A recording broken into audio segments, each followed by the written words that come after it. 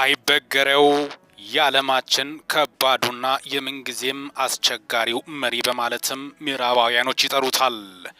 አያቶላህ አሊ ኻሜኒ።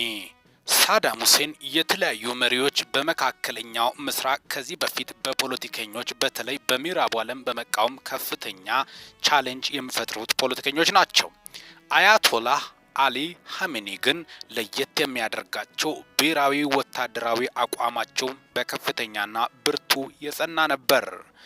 ትውልዳቸውና እድገታቸውም በኢራን እንደሆነ ታላቁ መሪ እንደሆኑ በኢራን ሕዝብ ዘንዶች በከፍተኛ ደረጃ ይወደዳሉ።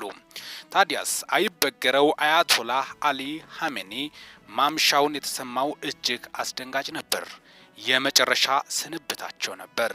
እስራኤል ለዓለም ይፋ ያላደረገችው የገሃነም ቦምብ በሚል መጥፊያ ቦምብ እሳቸው መኖሪያ ቤት አካባቢ እንደጣለች የወጡት መረጃዎች ያሳያሉ።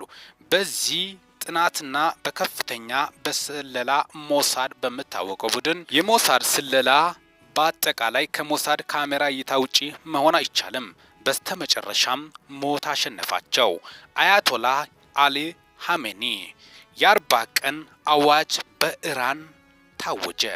አስክሬናቸው በጣም ያሳዝናል። የአንድ ሀገር መሪ በዚህ ፍርስራሽ ውስጥ ይገኛል ብሎም በርካቶች አልጠበቁም። ይህ በተለይ ለኢራን ሕዝብ የ40 ቀን ሀዘን አዋጅ ሆኗል። ለሀገራቸው የከፈሉት መስዋዕትነት በማለትም እየዘከሯቸው ነው።